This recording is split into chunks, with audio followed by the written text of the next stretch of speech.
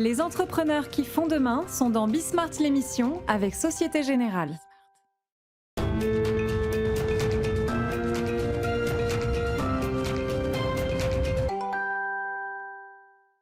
Salut à tous, c'est Bismart, émission interview aujourd'hui, comme on le fait régulièrement.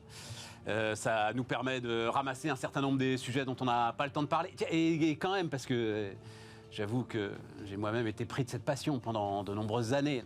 La Startup Nation, toutes ces histoires-là, et on va démarrer avec ça. Startup Nation, still alive. On va voir ça. Gabrielle Alperne, la philosophe qui vient nous voir très régulièrement, là, elle écrit un bouquin autour de... Alors, l'hôtellerie, hospitalité. Hospitalité, en fait, c'est comme ça que d'ailleurs que les anglo-saxons parlent d'hôtellerie, c'est l'hospitalité. Avec le cofondateur de Mama Shelter. Pas du côté Club Med, mais de l'autre côté, l'autre cofondateur. Cyril Hawizrat, cofondateur donc de Mama Shelter. Et puis ensuite, longue séquence avec Laurence Daziano. Vous en avez là aussi l'habitude. Xi Jinping et Joe Biden se sont vus hier. Visiblement, Joe Biden n'a pas confondu Xi Jinping avec un autre leader, donc les choses se sont bien passées. Mais Laurence viendra nous expliquer que le découplage s'accélère de toute façon. Voilà, on en parle très régulièrement, cette histoire d'un monde coupé en deux, cette histoire, les Allemands, à un moment, il va falloir faire un choix. Quoi qu'en dise d'ailleurs Joe Biden à la sortie de son entretien avec Xi Jinping. Voilà, c'est parti, c'est Bismart, on est ensemble pour une heure.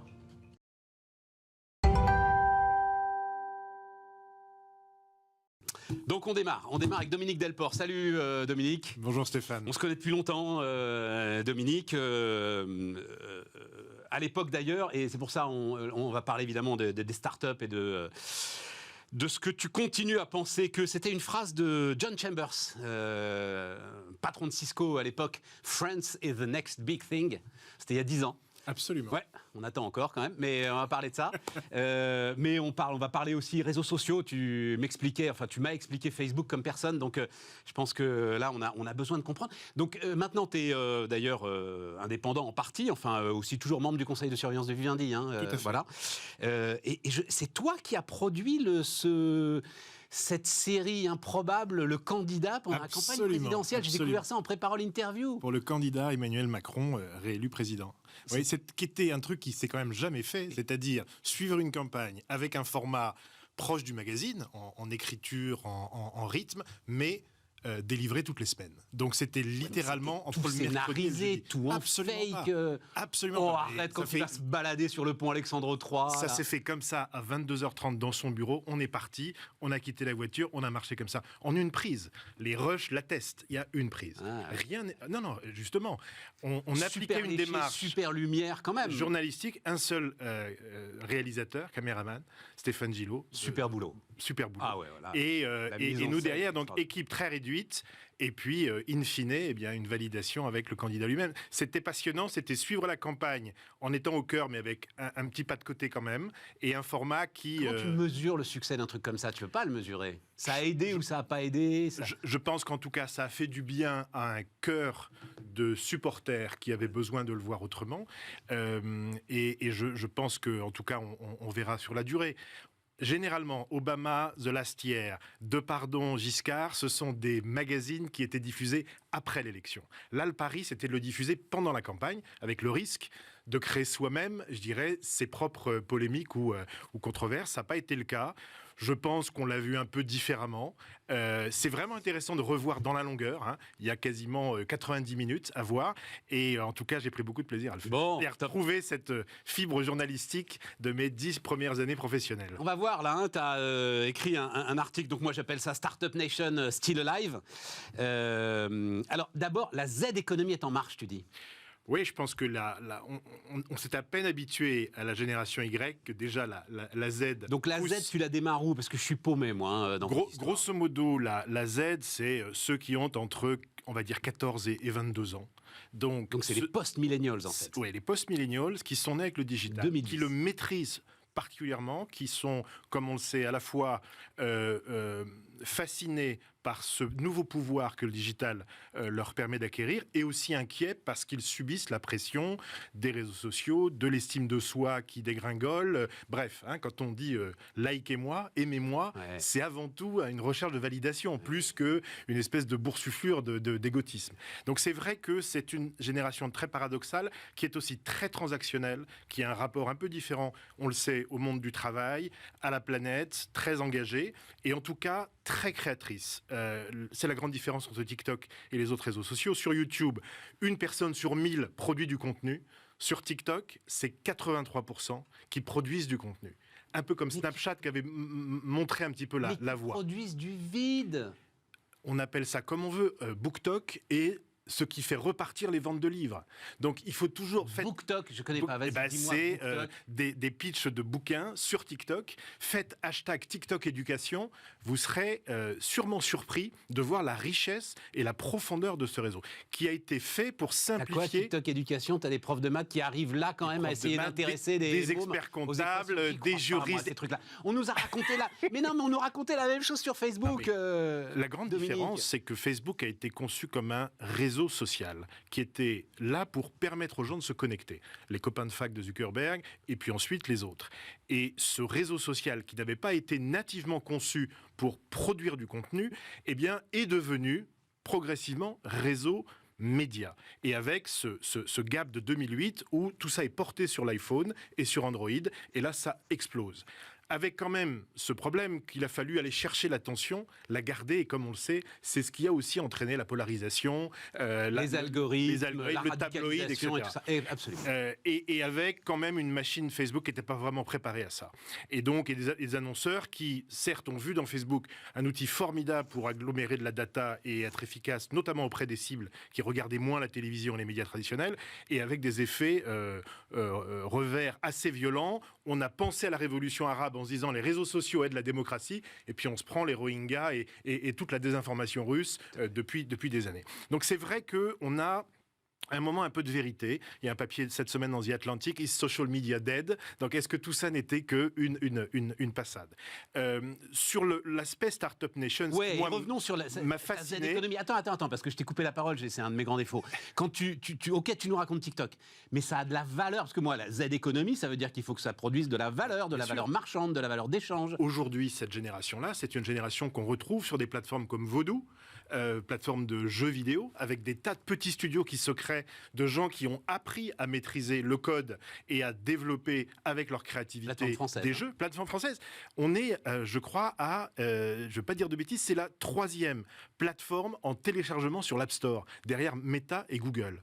C'est incroyable. Plus de 100 jeux, des dizaines de milliards de téléchargements. C'est juste massif. Et on a les petits comme Oma Games qui est déjà en train de décoller. Tu parles de Sorare aussi. Sorare qui a signé l'approche de la Coupe du Monde de foot. Qui a signé les deals avec la NBA, comme Jelly Smack. Jelly Smack est le leader de la creator economy.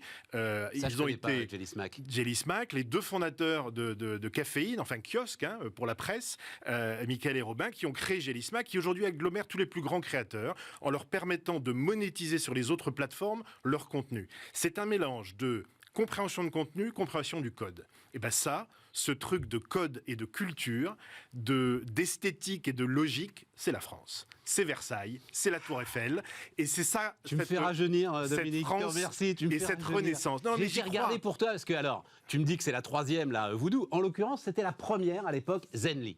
Oui. Première application, c'était du social localization. Exactement. C'était formidable. Première application téléchargée. Snapchat a fermé. Eh ben voilà, mon Donc, pote. de l'intérêt, mêmes causes donneront les mêmes effets. De l'intérêt de soutenir ce secteur créatif et technologique. Enfin, c'est quand même pas un hasard si on est le seul pays où, lorsqu'il y avait Spotify, il y a eu Deezer, première licorne française, il y a eu YouTube, il y avait Dailymotion, à peu près au même moment, les mêmes semaines. À l'époque, la différence, c'est que les boîtes françaises n'ont pas été en capacité de lever de l'argent pour financer leur croissance. Aujourd'hui, parce qu'en 2022, malgré la crise, malgré la guerre, eh bien, le nombre d'argent levé par les fonds d'investissement, les private equity, les VC, eh bien, est en croissance par rapport à 2021. Et la France est bien positionnée dans cette course-là. Et notamment nos talents. Biril, 2 anciens de l'école 42 qui créent cette appli. On est à 15-20 millions de téléchargements par mois. Les Américains regardent ça avec envie. Mais moi, je veux plus ça. J'ai baigné là-dedans. Tu sais, j'en ai pris tellement de la drogue au lever de fonds que maintenant, c'est une indigestion. Je parle pas des levées. Moi, je veux à un moment, est-ce que les gars... Tu as une structure d'entreprise à un moment, voilà, tu as du management, tu as une solidité. C'est le cas des boîtes que j'ai citées. Alors, une que tu n'as pas citée qui m'intéresse énormément, moi, parce que pour le coup, je connais un petit peu, c'est Believe. Oui. C'est donc l'agence de, on va dire, la maison de disque du 21e siècle. Voilà. L'indépendante de la musique numérique qui a réussi à ce côté. Miracle. C'est-à-dire, là, tu es sur des boîtes qui commencent à avoir de vraies grosses structures d'entreprise. Avec des places de marché et avec, à un moment donné, le fait de ne pas appartenir à un des grands conglomérats. Dans la musique, on a 3 gros players. Universal Music, avec des liens forts avec Vivendi, Warner Music, Sony Music, et puis il y a tous les indépendants. Même chose dans les réseaux sociaux. On a les grandes plateformes, et puis on a ceux qui peuvent être un peu comme ça travailler avec tout le monde. Deezer, c'est ni Apple, ni Amazon, ni Google. Donc le fait d'être, entre guillemets, non aligné, ça ne veut pas dire qu'on est forcément dans un cul-de-sac. Ça veut dire qu'il faut être plus créatif, il faut faire évoluer sa plateforme plus vite, il faut aller chercher des audiences locales, mieux comprendre les cultures locales. Et ça, je trouve que ce qui se passe en ce moment est rafraîchissant. Tu les connais de l'intérieur, c'est-à-dire il y a les équipes de management à l'intérieur, il y a les gars, il faut des gars chiants avec des cravates, quoi. Tu vois ce que je veux dire à un moment pour tenir ces boîtes. T'es d'accord avec ça? Évidemment, mais il faut surtout un marché. Soit c'est un marché qui repose sur l'abonnement, soit c'est un marché qui repose sur la publicité. La pub, on est en train de le redécouvrir avec Netflix et même Apple, qui prévoit de faire 30 milliards dans la pub dans les 4 ans qui viennent. La pub, c'est 700 milliards de dollars. Ça reste le meilleur moyen de financer du contenu gratuit et tout le monde ne peut pas mettre 5, 7, 10 euros pour s'acheter son contenu. Donc la grande majorité des 8 milliards de terriens, on accueille le 8 milliardième aujourd'hui, eh bien c'est quand même des contenus financés par la publicité. La pub, elle a aussi cette vertu-là, donner du contenu gratuit à tout le monde, dans la presse, dans la radio, dans la télé, etc. Et donc moi je suis confiant sur le fait que cette spécificité française, ce mariage entre le code et la culture, eh ben, il est en train de revivre avec cette génération Z, qui est une génération de créateurs, qui est totalement désinhibée par rapport à la technologie et qui en même temps comprend les modèles aux US et ailleurs et les applique avec beaucoup de talent. Nos codeurs n'ont rien à envier à ceux de la Silicon Valley, on le sait. Là maintenant, ils rencontrent des marchés mondiaux avec un financement qui est aussi plus disponible qu'avant. Qu'est-ce qui fait qu'on ne va pas buter sur toujours les mêmes sujets, c'est-à-dire le problème de taille? La crise de croissance. Voilà, la crise de croissance, tu n'as pas de marché européen, donc les gars vont partir aux États-Unis. 1 sur 2 d'ailleurs deviennent américains en partant aux États-Unis.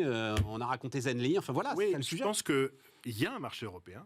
Il y a 380 millions de consommateurs qui aujourd'hui sont sur les mêmes plateformes. C'est ça la grosse différence. Donc la barrière de la langue, elle s'efface dans beaucoup des territoires et des sociétés qu'on évoque. Après, ce qui est vrai, c'est que le financement, il est quand même très anglo-saxon, y compris pour nos licornes, et que donc il y aura un sujet sans doute de comment on passe à l'étape d'après. J'ai quand même l'impression qu'au niveau européen, tout le monde est bien conscient que sur les 20 premières plateformes sociales mondiales, il y a des plateformes américaines, des plateformes chinoises, coréennes, il n'y a pas de plateforme européenne, et que c'est quand même un petit sujet, y compris de démocratie. Donc, à suivre. Ça, c'est pour la Renaissance française. Bon, écoute. Facebook. Alors, non, juste un mot d'abord. Twitter. Parce que tu disais très justement. Donc, Elon Musk, en gros, son message, il est un peu le contraire du tien. C'est la pub, je ne vais pas y arriver.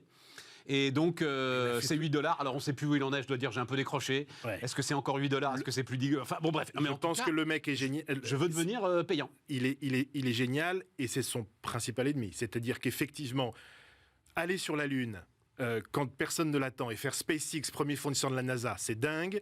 Révolutionner une industrie comme l'automobile et faire Tesla, c'est dingue. Changer le paiement, faire PayPal, c'est fou. Donc, effectivement, il a de la ressource et il a un vrai génie. Après, là, il s'agit d'émotions, de contenu, de démocratie, de vrais gens, et c'est une drôle de matière, les réseaux sociaux. Donc là, Twitter, c'est vrai que je lui souhaite de réussir. Je pense que Twitter a du potentiel. C'est une plateforme, personnellement, que j'adore. Mais dire, on arrête la régulation, on sait bien où ça a emmené d'autres plateformes. Donc je pense que ça, c'est quand même un peu court. Après, sur le modèle économique, la vraie réalité, c'est que les annonceurs n'ont pas besoin de Twitter aujourd'hui. Donc s'ils y vont, c'est parce que la plateforme les rassure, c'est l'aspect numéro 1. Est-ce que c'est, comme on dit, brand safe? Est-ce que c'est un milieu qui est confortable, sécurisant, où ma marque va être protégée. Bon, là, on l'a vu sur Lily, on l'a vu sur PepsiCo, 2-3 tweets avec des fausses identités, et ça a fait tomber en milliards la valeur. C'est plus compliqué que ça. Non, mais avec beaucoup d'humour, d'ailleurs, ce qui donne du crédit à ce que tu disais au début sur cette génération Z très créatrice et tout. Absolument. Parce que je dois dire que le truc sur Eli Lilly m'a beaucoup fait rire. Vous avez peut-être suivi ça. Il y a un problème sur l'insuline aux États-Unis. L'insuline est hors de prix aux États-Unis. 100 € contre 10 € en France. Fabriqué par Eli Lilly, et les gars ont fait un faux compte Eli Lilly, certifié donc par Twitter, payant $8, disant l'insuline est gratuite. Résultat, et là, il a perdu une dizaine de milliards de capitalisation boursière. Voilà. Donc c'est vrai que les grandes plateformes sont à un moment aussi un peu intéressant de leur histoire, puisque grosso modo, on a une bulle qui a explosé, c'est la bulle post-Covid. On pensait que les arbres monteraient au ciel. Il y a eu quand même 10 années de croissance en 8 semaines avec le Covid, où tout le monde a pensé digital. Ce qui a été formidable pour tout un tissu de PME et de commerce qui se sont digitalisés. Enfin, pour ces grandes plateformes, Facebook a doublé les embauches. Enfin, il y a eu vraiment une espèce d'effet exponentiel qui, malheureusement pour eux, et heureusement parce que ça veut dire qu'on vit aussi avec des rencontres humaines et pas que digitales, la société a repris le dessus. Ouais. Donc, moralité pour Facebook, ça a été un coup d'arrêt.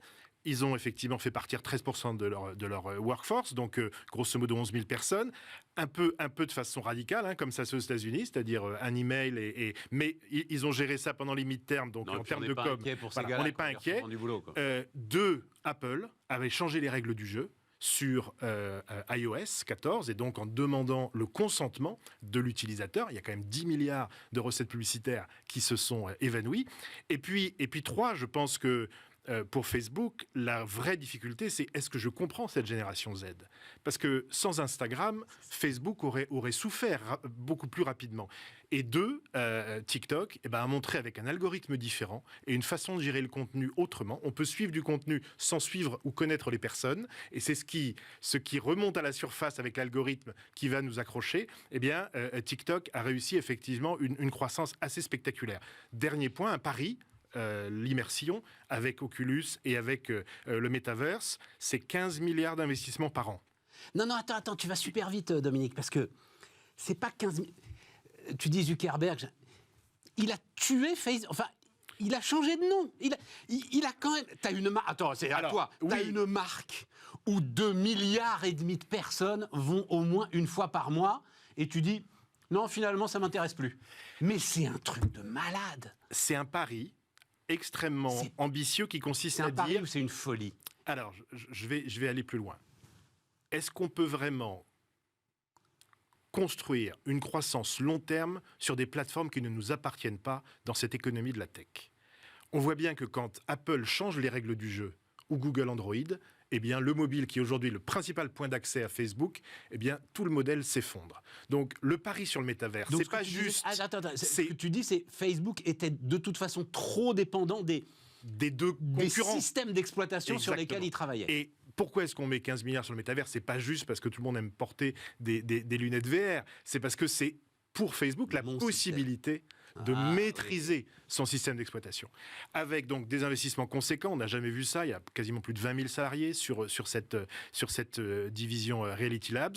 Voilà, un pari. Alors moi je pense que ça peut être un pari. Non, mais parce qu'en termes d'entreprise, conseil de Vivendi, si Vivendi prenait à un moment une décision comme ça, je ne vais pas commenter la phrase que je viens de prononcer, si, j'en sais rien, tu commences...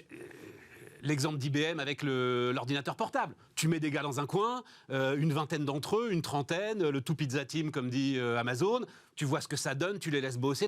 Tu fais pas le grand switch comme ça du jour au lendemain. Je pense qu'il y avait aussi un environnement législatif d'anticoncurrence qu'a connu Google. Quand Google a changé et est devenu Alphabet, d'un coup, la pression sur la marque Google est retombée. Parce que YouTube, c'était Alphabet, parce qu'Android, c'était Alphabet, parce que Waze, c'était Alphabet. Et donc, dissocier la marque ombrelle de la marque du produit, ça a aussi quelques avantages. Mais si on revient sur... Tu viennes plus souvent quand même. Hein. Non, mais je comprends des trucs. Ça m'échappait complètement. Si on revient sur Meta et sur l'univers immersif, je reste convaincu qu'il y a un futur sur ces technologies-là, notamment parce que la limite des réseaux sociaux, c'est que fondamentalement, l'interaction, c'est de commenter, c'est de liker, c'est un émoticône, c'est assez pauvre. Quand on est en situation immersive, où tu discutes avec un chauffeur de bus d'Atlanta, je prends l'exemple de mon petit frère, qui me racontait ça, et qu'il a passé 3/4 d'heure à discuter et à jouer au basket virtuel avec un chauffeur de bus, il me dit, jamais dans la vie réelle, je n'aurais eu cette interaction. Et c'est sa voix, certes un avatar, mais c'était une vraie rencontre sociale. Il s'est dit des choses, il y a quelque chose une émotion qui est passée là. Le mal de nos sociétés contemporaines occidentales, c'est la solitude. Et aujourd'hui, de plus en plus de gens sont seuls. Des femmes avec enfants, des hommes avec enfants, des célibataires, des veufs et veuves. Et la solitude, c'est quelque chose de puissant. On regarde la télé, on joue aux jeux vidéo, ou on communique. Et je pense qu'autour de la solitude, on va découvrir une façon d'amener un peu de chaleur humaine, je ne plaisante pas, via ces technologies. Je comprends, ça m'intéresse énormément. Voilà. Donc on revient sur l'hospitalité. Là où tout le monde... Le besoin d'être accueilli. Mais oui, mais là où tout le monde justement dit, mais c'est des trucs de boomer, on est d'accord. C'est-à-dire qu'on dit, mais au contraire, ça y est, on est enfermé dans notre truc virtuel, on n'en sortira jamais. C'est un pas de plus vers justement la solitude et l'isolement. Toi, tu dis, c'est tout le contraire. C'est le contraire. Et avec la technologie, il y a toujours du bon et du mauvais. Il ne faut pas oublier les dizaines de milliards de dollars qui ont été levés pour financer des organisations associatives et des ONG grâce à Facebook et la capacité de lever de l'argent online. Donc, encore une fois, dans le cas de l'isolement, regardez comment on travaille avec des enfants autistes et avec les nouvelles technologies. Regardez comment on resocialise des gamins qui sont en décrochage scolaire. Parce que justement, via le jeu vidéo, il y a eu des initiatives thérapeutiques formidables menées Michael Stora et d'autres pédiatres qui montrent que le jeu vidéo, c'est aussi apprendre l'échec, dépasser son échec, same player, shoot again. Donc il y a toujours, et moi je suis résolument vert à moitié plein, comme tu le sais. T'es vert, il déborde le verre.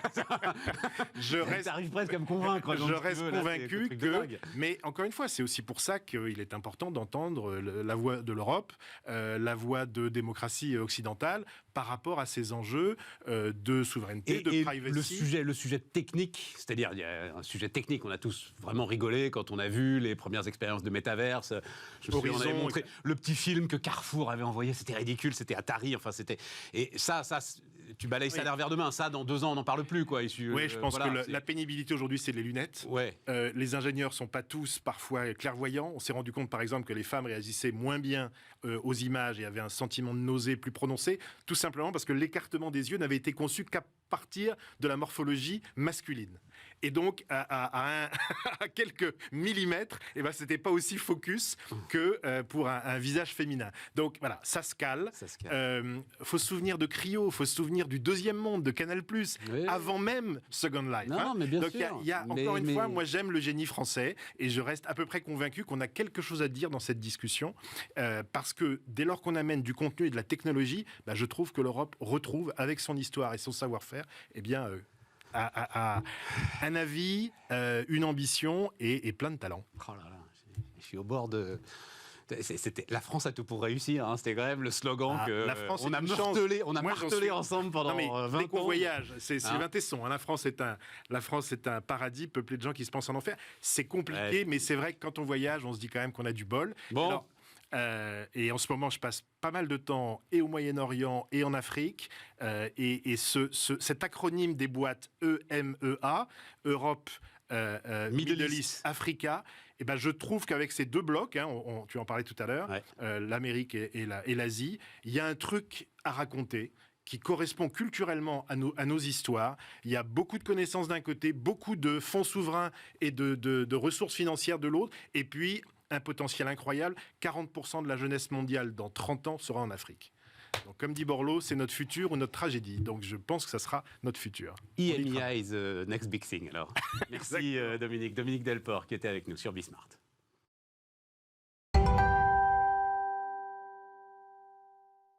On repart les amis, on repart avec Gabriel Alperne. Salut Gabriel. Bonjour Stéphane. Philosophe qui vient nous voir régulièrement, philosophe de l'hybridation. Et alors, j'ai pas bien compris, c'est-à-dire donc le bouquin dont on va parler, là on va en voir la couverture, Penser l'hospitalité, mais c'est une collection hybridation, c'est ça Exactement. Les éditions de l'Aube m'ont proposé de créer et de diriger une nouvelle collection qui s'appelle donc la collection Hybridation et qui a vocation donc à être une série de dialogues justement entre la philosophie et d'autres univers qu'on n'aurait pas forcément l'idée de trouver de la philosophie.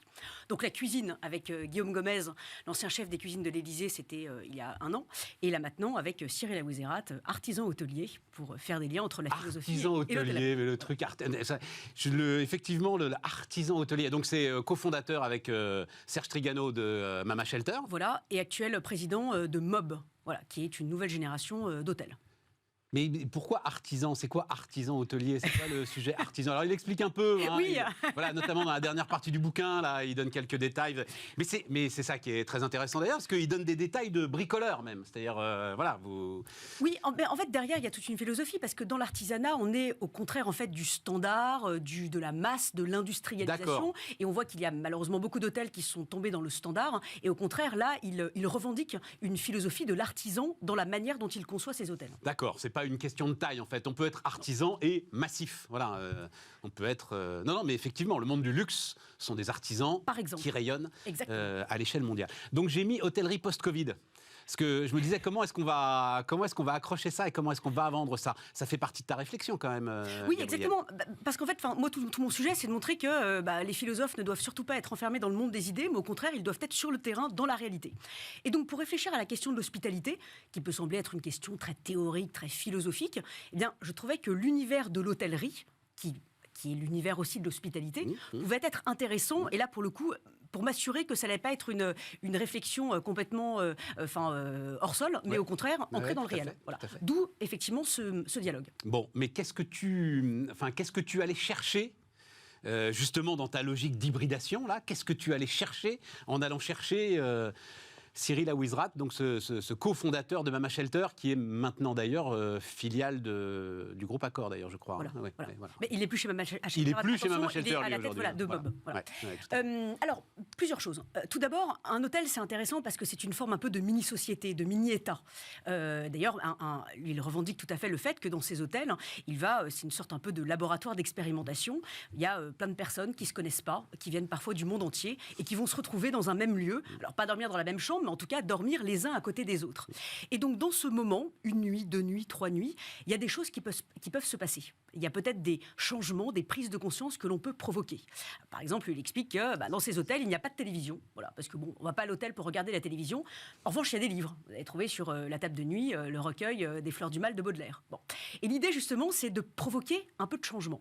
Donc moi, ce que je trouvais intéressant, c'était de voir l'hôtel comme mini-société, donc peut-être comme lieu d'hybridation entre des personnes qui normalement n'auraient jamais dû se rencontrer dans la vie réelle et qui, dans l'hôtel, au hasard des couloirs, au hasard du petit déjeuner, vont se rencontrer et peut-être discuter ensemble. Mais c'est aussi l'hybridation à l'échelle du territoire. Comment est-ce qu'un hôtel n'est pas seulement un îlot posé au milieu de l'océan, mais comment l'hôtel va faire un partenariat avec l'école d'à côté, avec une start-up du coin, avec le libraire d'à côté. Et donc, finalement, créer ce que j'appelle des hybridations, c'est-à-dire des mariages improbables avec les parties prenantes du territoire. Et donc s'ancrer territorialement. Et ça, c'est ce que j'appelle l'hybridation territoriale. C'était, je ne sais pas si ça l'est encore, il y a longtemps qu'on ne s'est pas parlé, une des grandes idées de Sébastien Bazin, le patron d'Accor, il y a 4-5 ans. L'idée qu'effectivement, l'hôtel, en fait, s'était construit dans un quartier, mais ne s'intéressait que peu, sauf quand ils sont dans des lieux ultra touristiques, ne s'intéressait que peu au quartier, et que donc oui, l'hôtel pouvait être, pour les habitants d'ailleurs, hein, l'idée de l'endroit où on va prendre un café, etc. Et tout. Force est de constater que ça ne marche pas. Alors, Visiblement, c'est compliqué à mettre en place, que c'est une telle rupture avec nos logiques. Il parlait notamment de certains de ces grands hôtels, tout ce qui est du côté de la blanchisserie, où on pouvait parfaitement, avec les gens du quartier, et en plus pour lui c'était une source de revenus supplémentaires, leur servir de commerce de détail. Enfin, énormément d'éléments comme ça.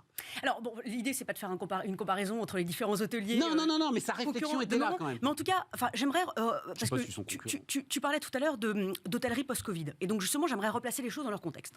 Effectivement, au moment de la crise sanitaire, je me suis entretenue avec beaucoup de directeurs d'hôtels qui ont effectivement une véritable prise de conscience avec la crise sanitaire en se disant on ne peut plus être autant dépendant de la clientèle internationale. Il faut qu'on apprenne à s'adresser aux voisins du coin.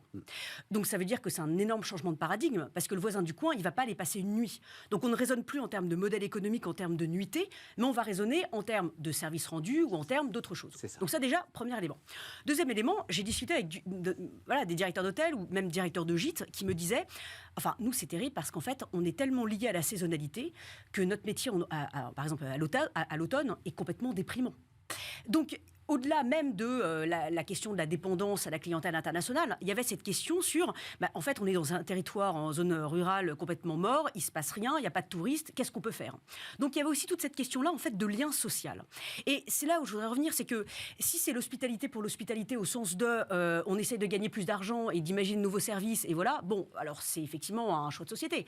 On peut peut-être aussi... pas. Oui, non, ça m'intéresse pas. Ou alors c'est pour ça que ça ne marche pas, c'est ça le truc? C'est pour ça que ça ne marche pas. Ouais. Moi, ce que je trouve intéressant, c'est l'hôtel qui devient, comme la maison de retraite, l'école ou autre chose, un point de repère dans la société. Et qui est un acteur du lien social. Donc, par exemple, une directrice d'hôtel me dit... Moi, j'ai fait un partenariat avec une maison de retraite pour faire venir toutes les semaines des personnes âgées pour faire un petit atelier lecture, écriture, cinéma dans mon hôtel. Alors, c'est un côté un peu salon de thé. Et en fait, il y a quelque chose de très intéressant qui se crée là. Et d'ailleurs, ça donne aux hôtels, finalement, un poids beaucoup plus important dans le territoire, où c'est pas juste, finalement, une machine à faire venir des touristes, mais ça devient un acteur à part entière du territoire, du lien social. Et on voit bien aujourd'hui avec... avec les inégalités, les fractures, le repli individuel, le repli de l'entre-soi. On a besoin de lieux qui deviennent des points de repère. C'est sûr. Voilà. Et donc, penser l'hospitalité, c'est ça. Et donc... Non, vas-y, continue. Et au-delà de ça, en fait, finalement, de la même manière que mon précédent livre avec Guillaume Gomez, on parlait donc de cuisine, mais finalement, la cuisine était un prétexte pour parler de grandes questions de société. Là, c'est la même chose. L'hôtellerie est une forme de prétexte pour aborder la question de l'hospitalité. Et c'est là où il me semble que l'hospitalité est au cœur de tous les sujets. Comment une entreprise fait l'hospitalité et accueille les jeunes générations? On voit bien que les entreprises ont de plus en plus de mal à onboarding. Par exemple. Ça ne s'appelle pas hospitalité, il devrait peut-être l'appeler hospitalité. Par exemple. Comment est-ce qu'on fait place à la jeunesse? Mais de la même manière, comment est-ce que l'on fait place aussi aux seniors dont les entreprises essayent de plus en plus de se débarrasser? Comment est-ce que l'on fait place, dans une société de plus en plus vieillissante, aux personnes âgées? Finalement, dans toutes les grandes questions de société d'aujourd'hui, c'est toujours la question de l'hospitalité qui est à l'œuvre. Voilà. Comment est-ce qu'on accueille? Qui est-ce qu'on accueille? Comment est-ce que l'hôte devient un hôte? En français, le mot hôte est ambigu. C'est à la fois celui qui accueille... Et tu penses que l'hôtel, c'est le creuset de tout ce que tu viens de décrire? En tout cas, c'est une métaphore. Voilà, c'est une métaphore pour pouvoir réfléchir à cette question de l'hospitalité. Oui, mais à un moment, Gabriel, même si ça ne t'intéresse pas, il faut quand même qu'ils gagnent de l'argent avec tout ça.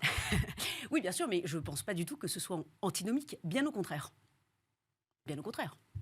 Pourquoi? Parce que ça devient un lieu de vie, parce que ça bouillonne, parce que tu as envie de pousser la porte, parce que... Évidemment, c'est le dernier endroit où on vient. Et même les touristes, à la limite, à un moment dans un guide, si vous voulez être branché sur la ville, il faut aller là parce que ceci, cela. Évidemment. C'est là qu'il s'y passe des choses. Et la chose, c'est que les avis sur les plateformes de réservation d'hôtels, c'est bien. Mais s'il y a une personne que vous connaissez qui vous a dit... Je connais cet hôtel, il est génial. Alors, il n'est peut-être pas forcément dans le centre-ville, mais il est vraiment génial. Oui. Ça change tout. Voilà. Et donc, tout est là. En fait, c'est comment est-ce que l'on recrée du lien, mais pas du lien factice et virtuel. Comment est-ce que l'on crée des liens réels? Et on en a vraiment besoin. Est-ce que vous parlez de la crise de recrutement qui touche le secteur dans HCR, comme on dit, hôtellerie, café, restauration? Oui, effectivement, on en parle aussi. Mais ce qui pose toute une question, alors évidemment de formation. Voilà.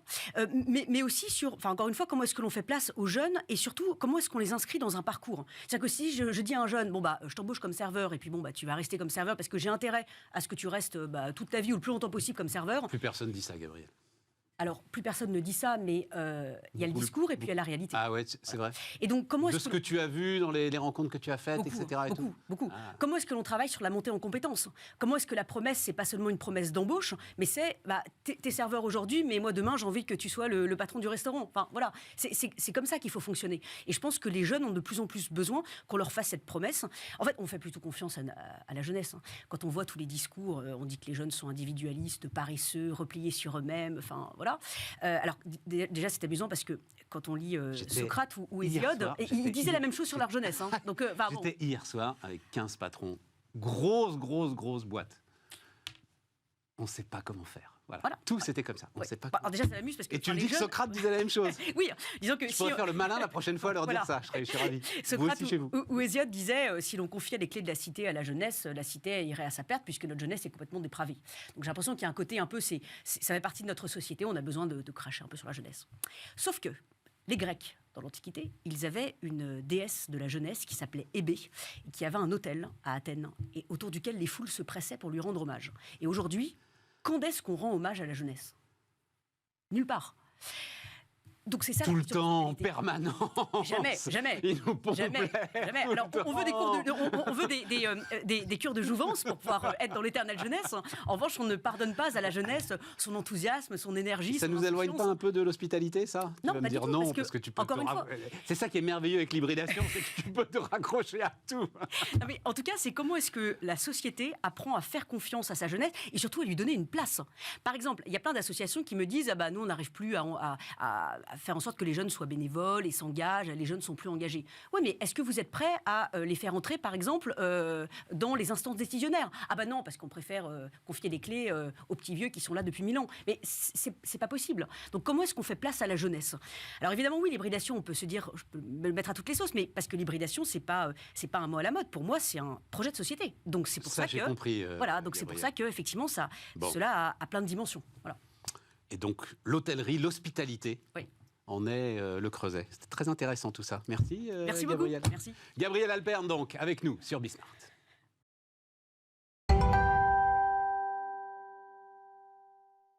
On repart avec Laurence Daziano. Bonjour Laurence, qui vient nous voir régulièrement, maître de conférence à Sciences Po.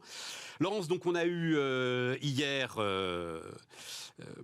rencontre entre Xi Jinping et Joe Biden. 3h32 d'ailleurs, très exact. Non mais c'est long quand même, hein, 3h32, même si tu t'enlèves la traduction. C'est quand même, c'est une grosse discussion. J'arrive pas à croire. En fait, pour tout te dire, quand j'ai vu 3h32, je dis c'est pas possible qu'ils aient autant de choses à se dire. Enfin, Xi Jinping peut-être, mais Joe Biden, enfin, c'est pas possible. J'aurais dit le Donc, contraire, mais... Ah, toi, tu aurais dit le contraire? Ah oui, j'aurais plutôt dit le contraire, oui. Je pense que j'aurais dit que c'était plutôt l'Américain qui aurait parlé plus que le... Oui, mais pas Joe Biden, pas le gars qui confond la Colombie et le Cambodge. Non, mais c'est quand même un sujet, quoi. C'est un autre sujet. Et non, c'est le même, parce que tu vois pas justement quelle conversation réelle, tu vois, il peut tenir s'il n'y a pas Blinken à côté de lui, enfin s'il n'y a pas l'ensemble de son staff. Bon, mais ce que tu dis, toi, est à rebours, en fait, de ce que j'entends. C'est-à-dire que, donc, en gros, Biden dit, j'ai pris sa phrase au sortir de cette discussion, la compétition sera vigoureuse, mais il n'y aura pas de conflit. On ne va pas vers un monde fracturé, cassé en deux et tout. Et toi, Laurence, tu me dis tout le contraire. Tu me dis que le découplage de la Chine s'accélère. Alors, le découplage, ça ne veut pas dire qu'il va y avoir une rupture. Le découplage, ça veut dire que la Chine veut et sera moins dépendante des États-Unis, parce qu'elle a compris que cette dépendance la liait trop, et que Xi Jinping n'est plus du tout dans la lignée de ses prédécesseurs qui était de dire on fait profil bas en politique internationale et on fait monter l'économie.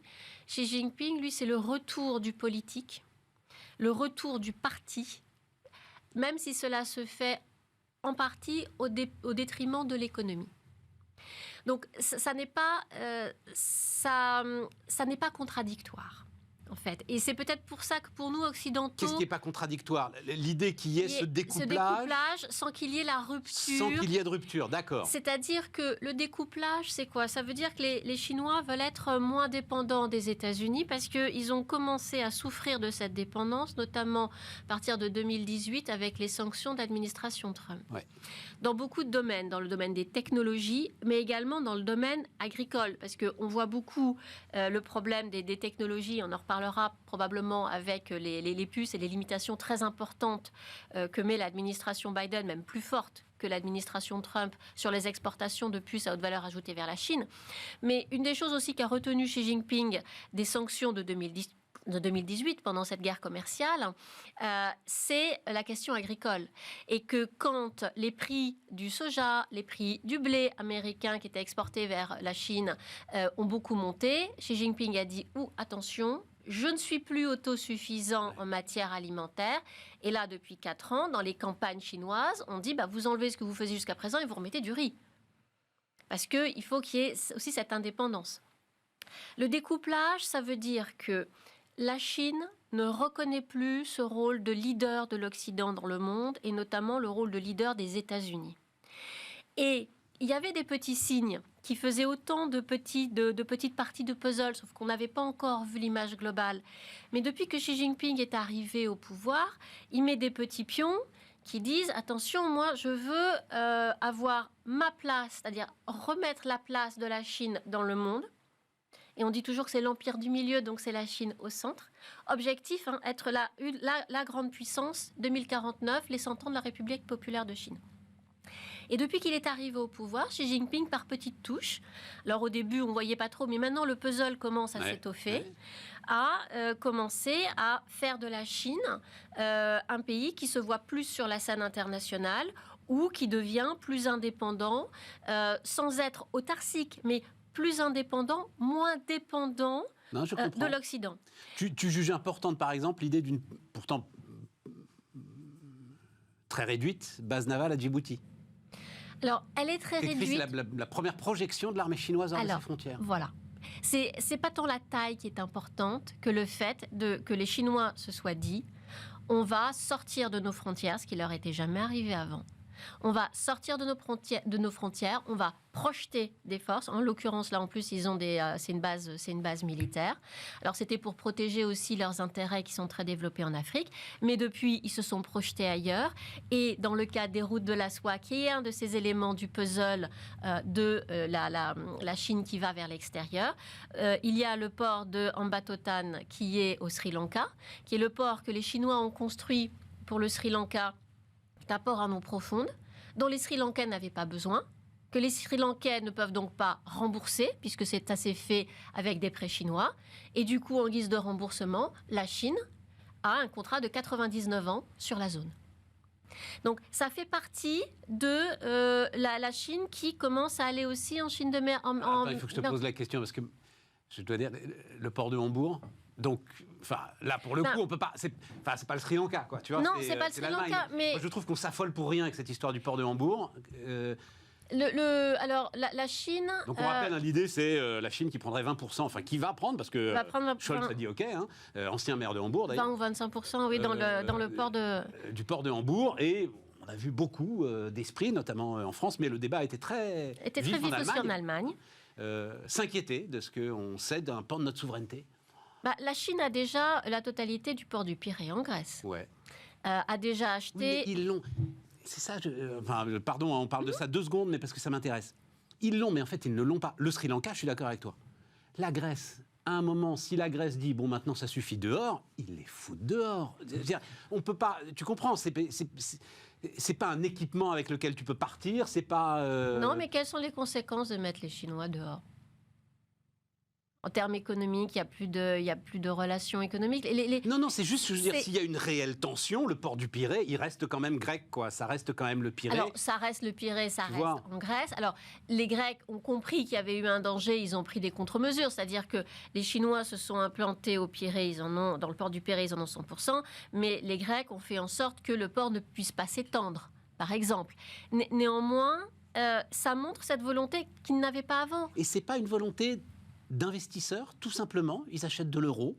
C'est un équipement rentable, installé, une infrastructure. Elle est là, elle est solide. Je diversifie mes investissements internationaux. Encore une fois, l'un n'exclut pas l'autre. Tu me regardes avec un grand sourire comme ça. Mon Dieu, qu'il est naïf. Non, non, l'un n'exclut pas l'autre. L'un n'exclut pas l'autre. D'accord. Ouais, ok, je comprends. Revenons.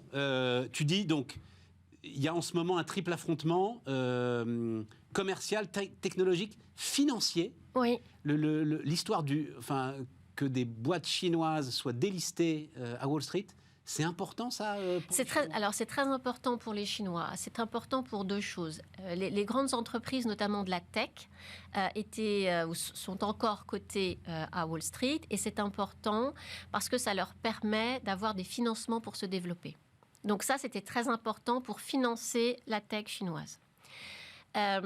Les Américains, et notamment les commissaires aux comptes, doivent avoir accès aux comptes pour pouvoir certifier. Et il y a une législation qui est passée assez récemment, là encore 2018, période Trump, qui a dit que les commissaires aux comptes devaient avoir accès aux comptes de toutes les entreprises listées. Et là, les Chinois n'avaient jamais ouvert tous leurs comptes. Donc du coup, les Américains ont dit, si on ne peut pas avoir accès à vos comptes, si les CAC américains, donc les commissaires aux comptes américains, ne peuvent pas certifier vos comptes, vous serez délistés. Et il y a un compromis qui a été trouvé, parce qu'ils ont quand même besoin encore de ce financement, mais est-ce que ce sera vraiment mis en place, parce que ça va arriver en 2024-2025 de mémoire, où il va y avoir vraiment la bascule des comptes qui doivent être certifiés. Il y a un compromis qui, pour l'instant, a été trouvé. Personnellement, j'attends de voir 24-25 pour voir si d'ici là, il n'y aura pas de nouveaux rebondissements. Mais les liens financiers entre la Chine et les États-Unis sont très importants. C'est pour ça que certains disent le découplage, on n'y croit pas. Moi, je pense qu'il faut être un peu plus prudent sur le sujet. Et notamment, il y a encore beaucoup d'entreprises chinoises qui veulent investir aux États-Unis, notamment dans la tech en Californie. Et là, elles se heurtent à de nouvelles législations qui sont mises en place par les États-Unis où il y a un contrôle des investissements étrangers. Qui se renforce, parce qu'il a toujours existé, mais qui se renforce. À l'intérieur du pays, donc la dernière fois qu'on s'était parlé, Laurence, pour le coup, tu avais eu raison, sauf que ça s'est pas fini comme tu le pensais. Mais tu nous avais dit, donc on préparait ce congrès du Parti communiste chinois, et tu m'avais dit, il va bien falloir regarder un petit peu ce qui se passe du côté de Hu Jintao, donc, qui était le prédécesseur de Xi Jinping. Alors, pour le coup, on a vu. Alors, on a vu. Truc de dingue. Vous vous souvenez tous de la scène quand même, hein. Je crois qu'on n'a pas besoin de le rappeler. C'est du jamais vu, une scène pareille.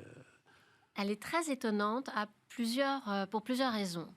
Le congrès du Parti communiste, qui a lieu tous les 5 ans, est un événement très important et comme tous les événements du parti, il est extrêmement précisément chorégraphié. Ouais. Donc, il n'y a pas de place à l'improvisation. Donc, ce qui s'est passé, c'était prévu. Et si ça s'est passé à ce moment-là, c'était prévu que ça se passe à ce moment-là, et ça s'est passé au moment où il y avait la presse, donc les caméras du monde entier, qui avaient été autorisées à rentrer, parce qu'il y a une grande partie des travaux qui n'est pas retransmise. Donc ça veut dire que Xi Jinping, en tout cas c'est mon interprétation, a eu besoin de montrer qu'il mettait dehors l'arrière-garde. C'est ça. Et le courant représenté par Hu Jintao, qui est celui de la Ligue de la jeunesse communiste. Ce que moi j'interprète en étant, les combats en arrière-cour ont dû être très féroces pour qu'il ait besoin de montrer au monde entier que maintenant c'est lui le maître. Et des choses qui ont été moins sues, mais avant le congrès, il y a encore eu des procès anticorruption. Et notamment, il y a un ancien ministre de la Justice de Xi Jinping, un ancien vice-ministre de la Sécurité publique, qui ont eu leur procès pour corruption. Donc, en Chine, le procès pour corruption, il y a toujours de la corruption en Chine, mais c'est aussi un instrument politique. C'est comme ça que Xi Jinping s'est quand même débarrassé d'une bonne partie de son opposition au sein du parti. A eu lieu, donc vraiment très peu de temps avant l'ouverture du congrès, et ces 2 anciens hauts dirigeants ont été condamnés à mort.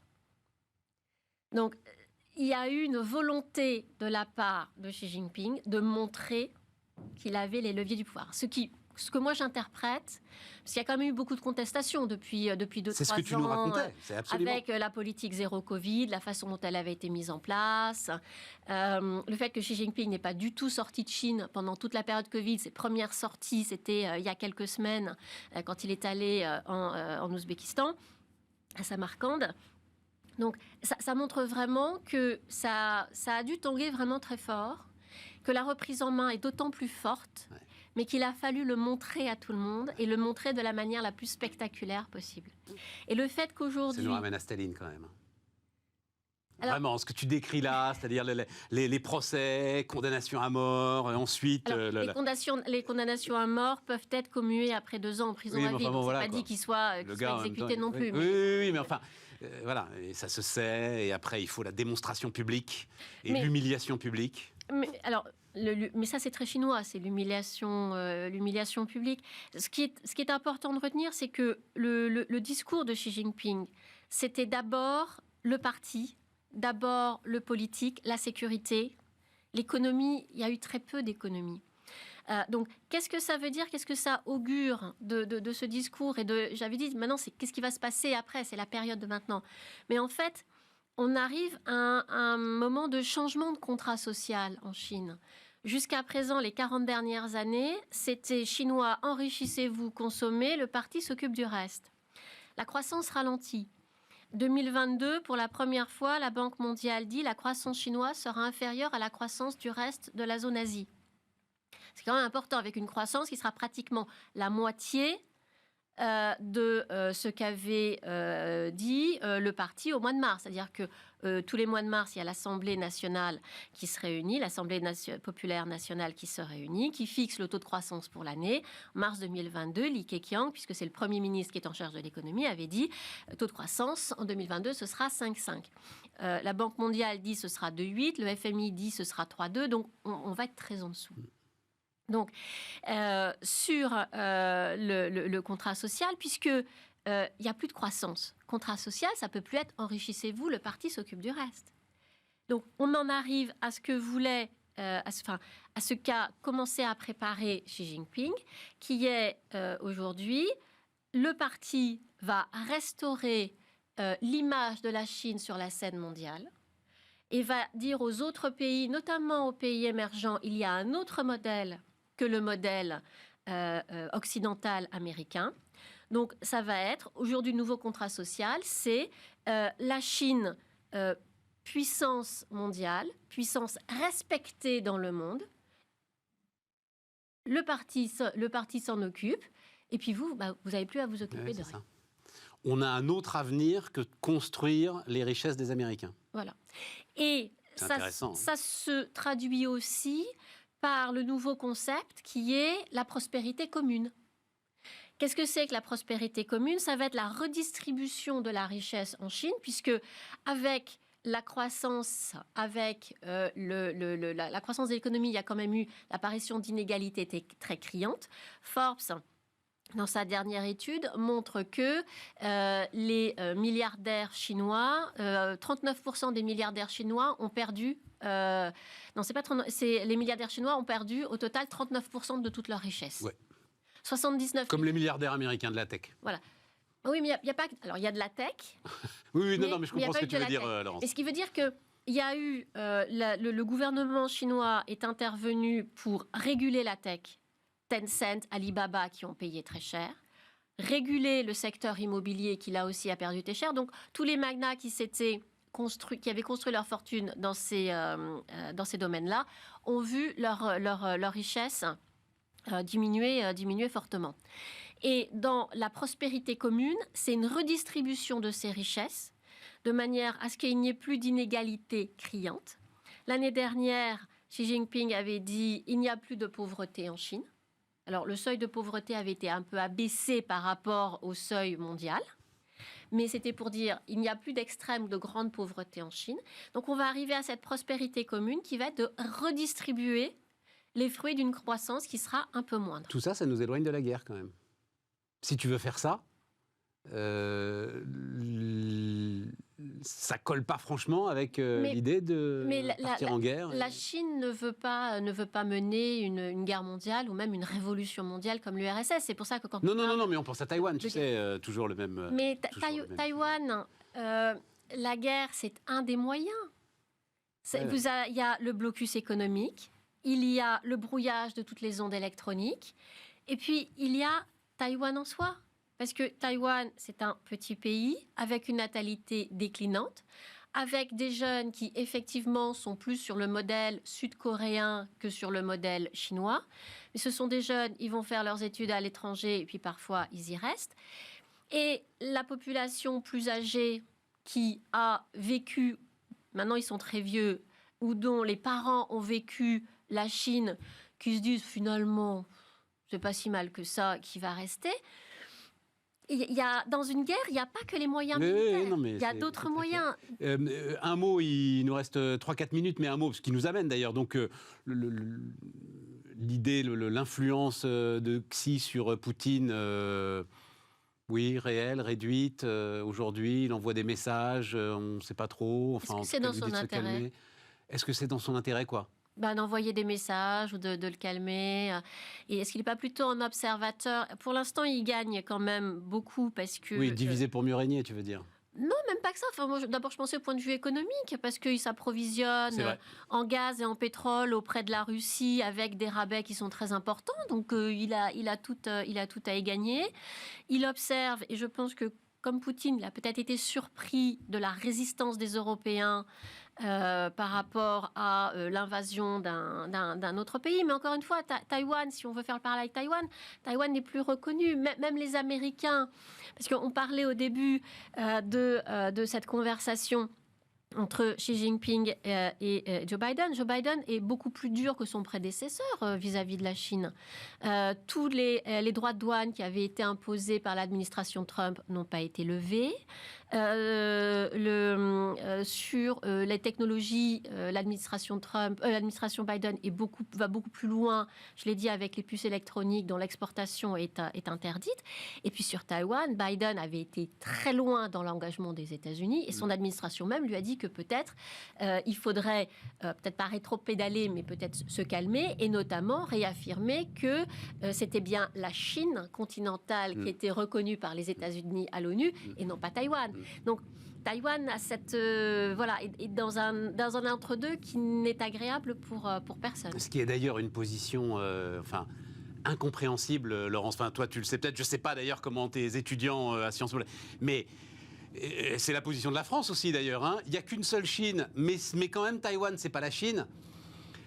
On sait bien que les diplomates sont capables de faire des miracles, mais là, à ce niveau-là, et ça va à tout le monde, hein, c'est ce compromis-là qui va à tout le monde et qu'il ne faut pas changer. Et je fais très attention parce que ce semestre, j'ai 2 étudiants chinois et une étudiante taïwanaise. Donc je fais très attention à ce que je dis. Tu fais très attention, voilà, c'est ça.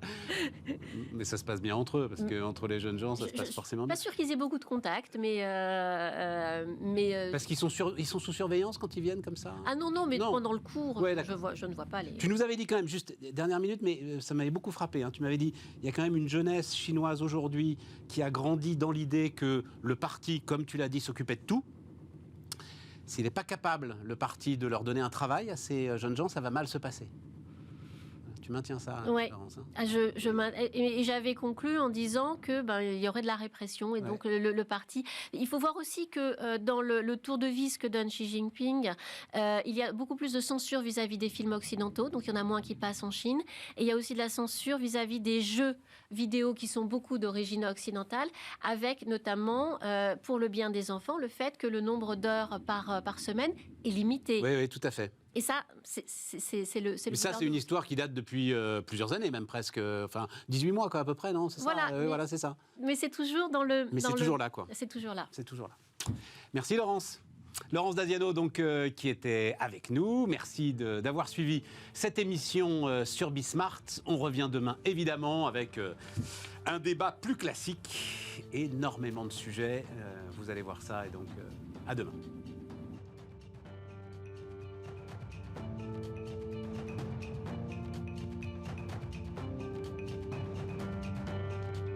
Les entrepreneurs qui font demain sont dans Bismart l'émission avec Société Générale.